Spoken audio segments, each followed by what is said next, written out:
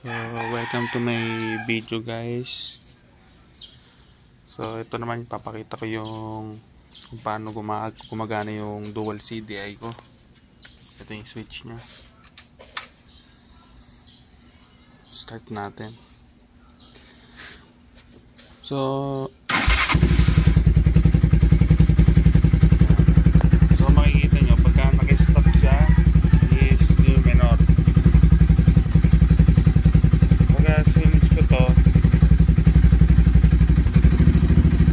tumaas na yung minor, oh.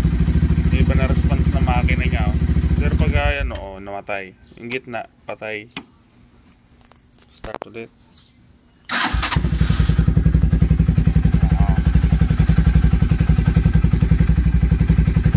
Switch, baba. Oh, taas na yung minor. Mas aggressive pagka naka-race yung CDI. So, switch natin sa stock. Oh, firme lang.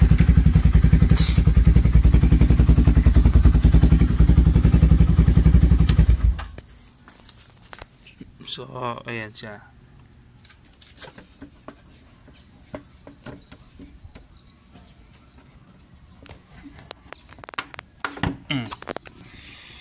So, ayan makikita nyo yung naka racing CDI na shower saka stock.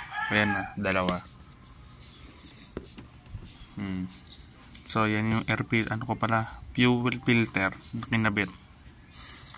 Para kung may tubig, dyan kagad sa sala yung tubig, makikita mo kung may tubig.